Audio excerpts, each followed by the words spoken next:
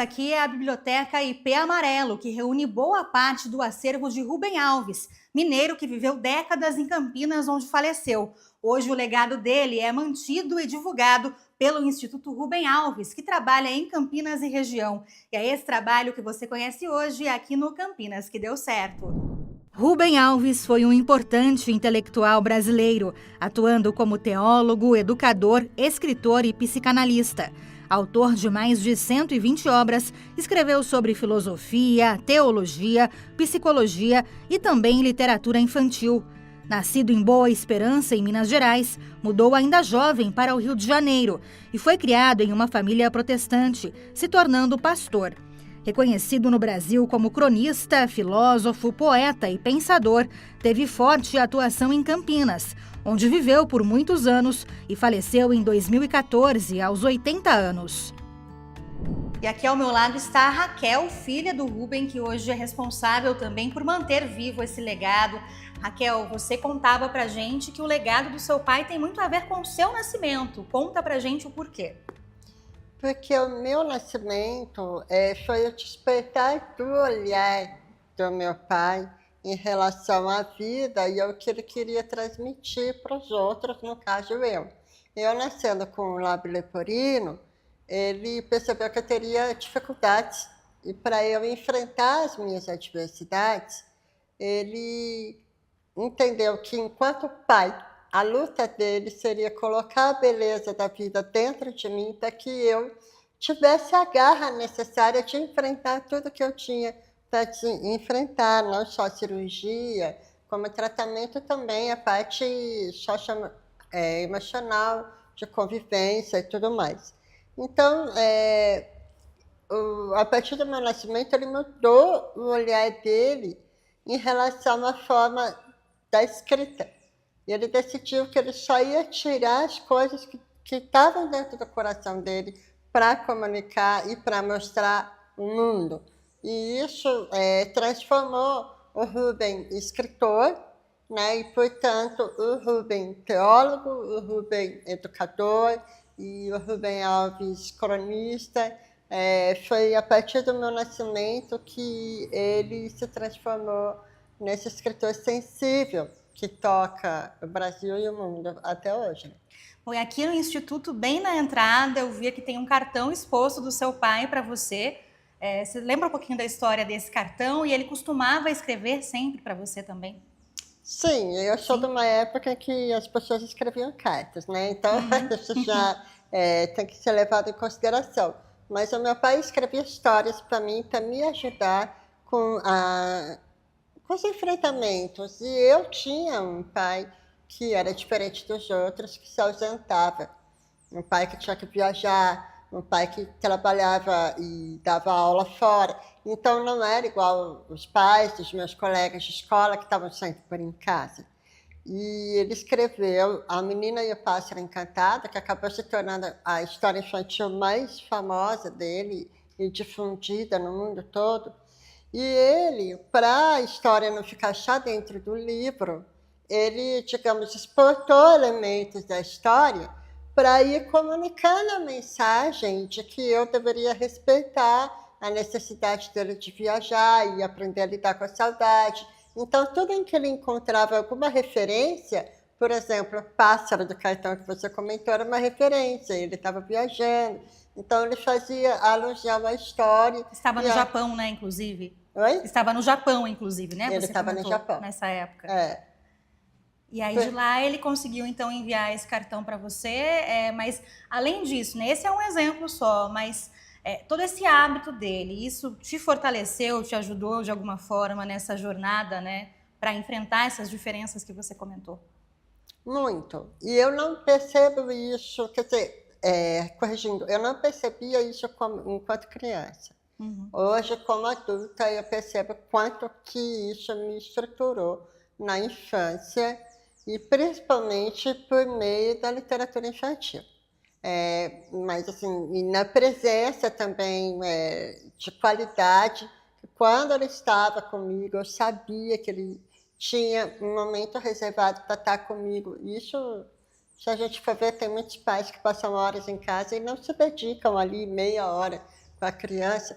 Então, ele tinha esse momento inteiro comigo, que era um momento de dormir, que ele lia história, ou então que a gente ia para a sala ouvir música, e aí a gente falava sobre a vida, as questões da vida. E, então, assim, isso construía ela muito profundo, e ele era como se ele dissesse o tempo todo, sem dizer, que ele estava ali ao meu lado, para o que eu precisasse, né? As palavras e as histórias eram um acolhimento para mim.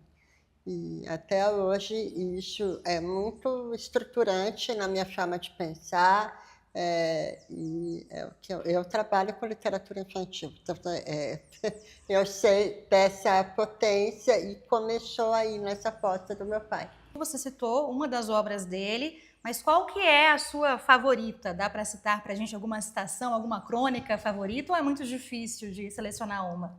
Bom, é difícil, mas vamos lá, as que Sim. mais me tocam, né? A Menina e o Pássaro Encantado, Como Nasceu a Alegria, que é uma outra história que ele escreveu para mim também, é uma história que mexe muito comigo e que eu dialogo com ela até hoje. E de crônica eu tenho A Escutatória, tenho A Pipoca, que é uma crônica sobre a transformação e o amadurecer humano, que é muito potente. Eu tenho várias, Saúde Mental, e não sei, assim, o meu favoritismo é quando eu encontro a singeleza dele exprimindo as coisas mais profundas da essência humana.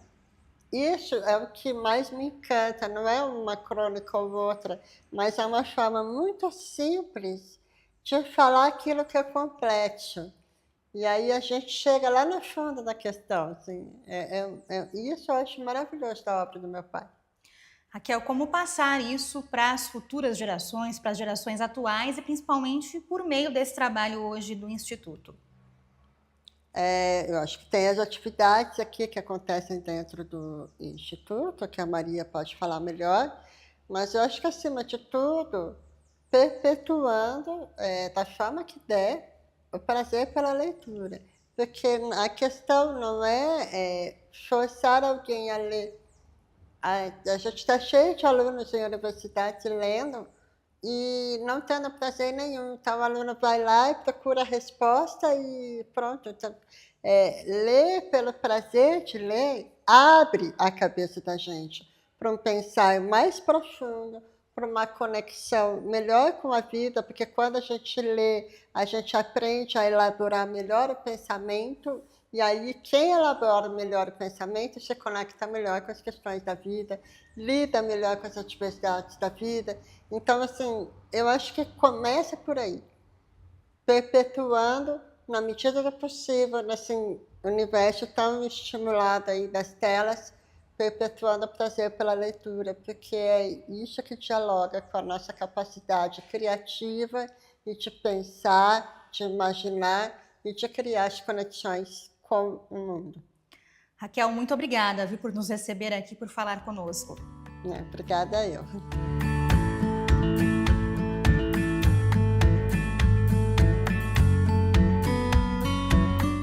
A gente conversa agora com a Maria Amélia Moscon, ela que é presidente aqui do Instituto Rubem Alves. Bom, você já está há alguns anos, né, à frente do Instituto, trabalhando primeiro aqui, depois como presidente.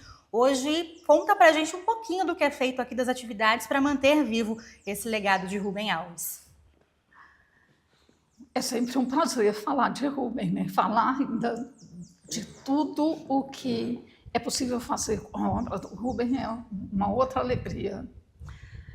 Então, o Instituto ele vem há algum tempo passando por, digamos que se adequando às mudanças que estão ocorrendo na sociedade.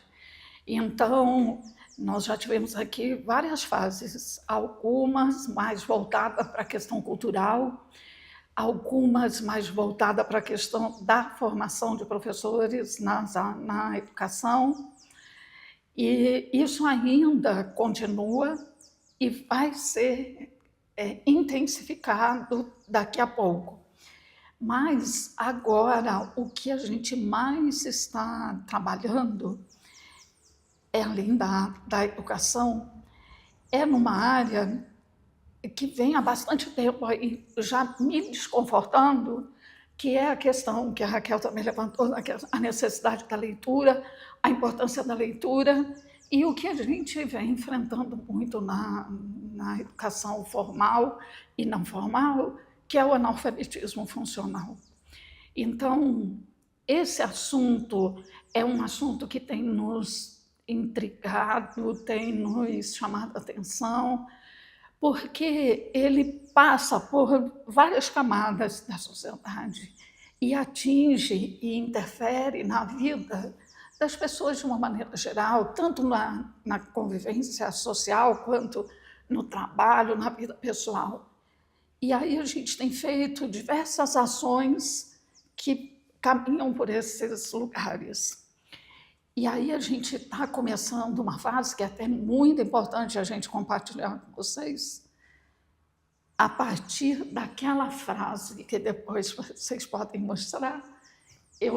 Muitas pessoas levam seus cães a passear, eu levo meus olhos para passear, e como eles gostam. Essa frase do Rubem, ela permite que a gente ande por muitos lugares.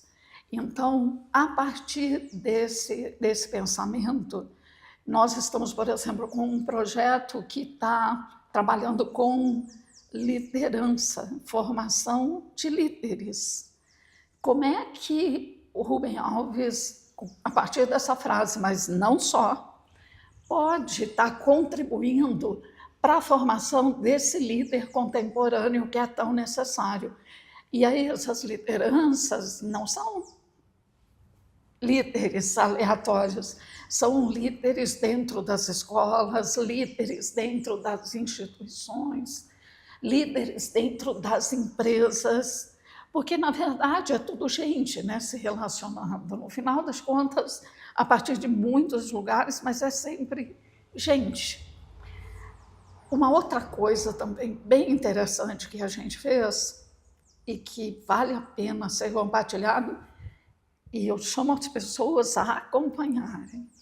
Nós firmamos um convênio, um termo de cooperação técnica, na verdade, com o Convention Bureau aqui de Campinas, e a gente vai estar trabalhando, a partir do pensamento do Rubem também, com a implantação do sistema ESG na área de turismo, na área de receber as pessoas, porque o Rubem ele tem muitos planos de fundo, mas todos eles valorizam e é centrado na pessoa. Então, as pessoas e o território em que elas vivem é muito importante, não só para as pessoas, mas como para a coletividade.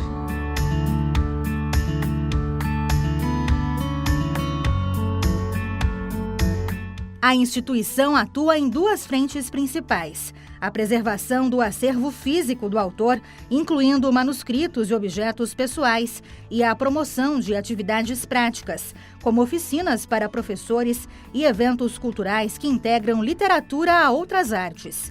Recentemente, também realizou o lançamento do livro Sinais do Mundo, que reúne crônicas selecionadas no primeiro concurso Rubem Alves de Literatura.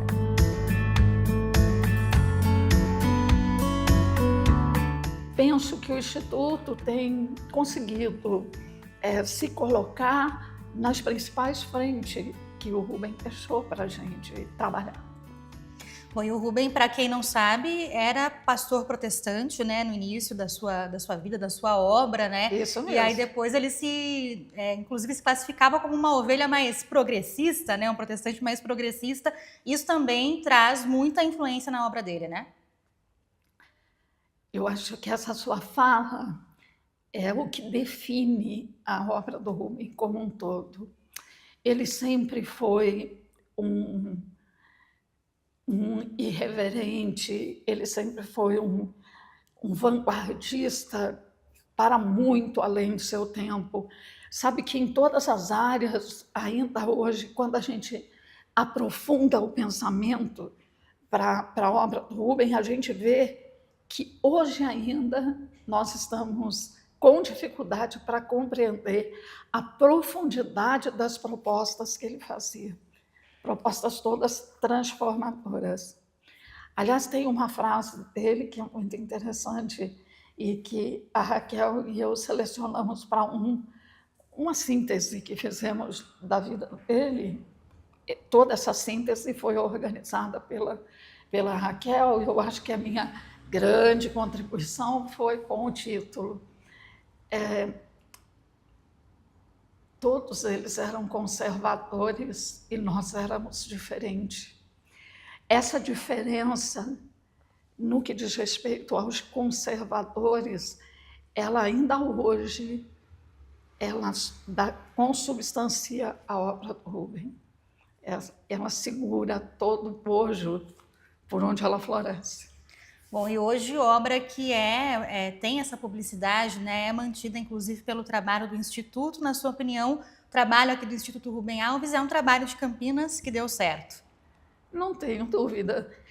E vou te falar mais, é uma Campinas que pode dar ainda mais certo por conta da perspectiva pública dos trabalhos que estão sendo colocados agora.